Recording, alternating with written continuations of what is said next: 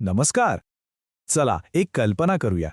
समजा आपण अशा परिस्थितीत आहोत जिथे सगळं काही संपल्यासारखं वाटतंय, पण काय खरंच तिथेच आपली खरी शक्ती सापडत असेल? आज आपण एका अशाच प्राचीन कथेतून हेच रहस्य उलगडून पाहणार आहोत.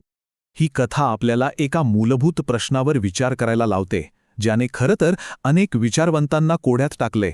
तो प्रश्न म्हणजे, एखाद्या मोठ्या वाईट गोष्टीतून काही चांगलं निष्पन्न होऊ शकतं का? तर या प्रश्नाचं उत्तर आपल्याला एका बौद्ध जातक कथेत सापडतं. आता या जातक कथा म्हणजे काय, तर यात बुद्धांच्या पूर्वजन्माच्या गोष्टी सांगितलेल्या आहेत.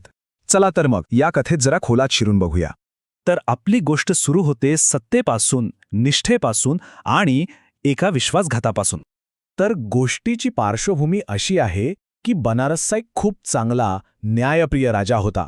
पण त्याच्याच दरबारातल्या एका मंत्र्याने गैरवर्तन केलं आणि राजाने ते स्वतःच्या डोळ्यांनी पाहिलं. मग काय, शिक्षा म्हणून त्या मंत्र्याला राज्यातून बाहेर काढण्यात आलं. पण ही गोष्ट इथेच संपली नाही.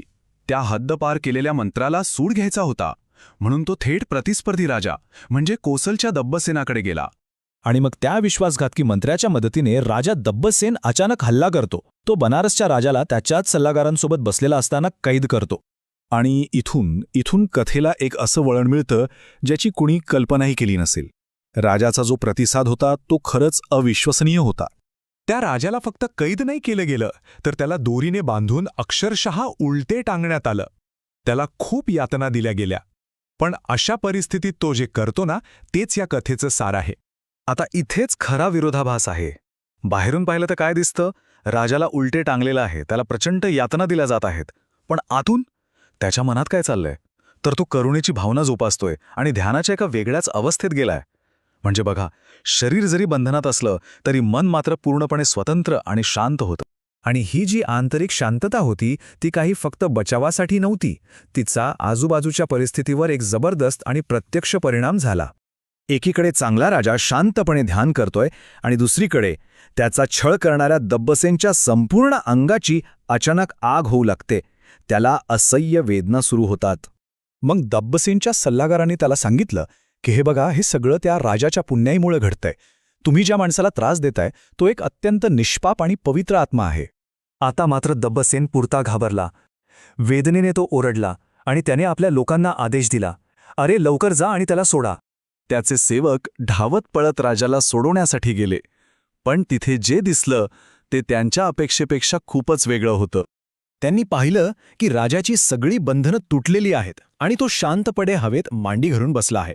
त्याच्या आंतरिक शक्तीने त्याला आधीच मुक्त केलं होतं.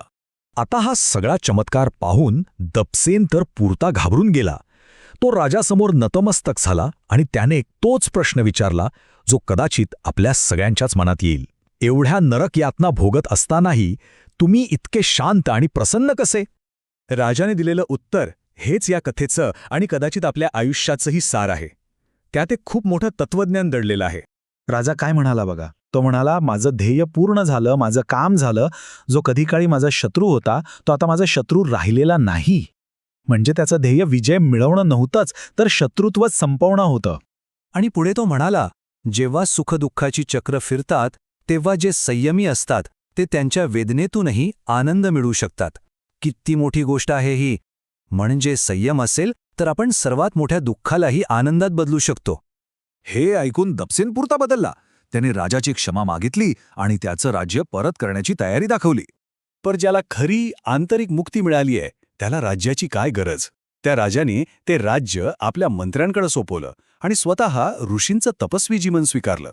त्याने भौतिक सुखाचा त्याग करून आध्यात्मिक मार्ग निवडला. या संपूर्ण कथेतून आपल्याला काय शिकायला मिळतं? तर एकच शक्तिशाली धडा. आपली आंतरिक स्थिती, आपलं मन हे आपल्या बाहेरील परिस्थितीला बदलू शकतं. बाहेरील परिस्थिती आपल्या मनाला नाही. तर ही कथा आपल्याला एका मोठ्या प्रश्नापाशी आणून सोडते. शांतता हीच खरी सुपर पॉवर आहे का? खरी ताकद, खरी शक्ती नक्की कशात दडलेली असते? विचार करायला लावणारी गोष्ट आहे, नाही का?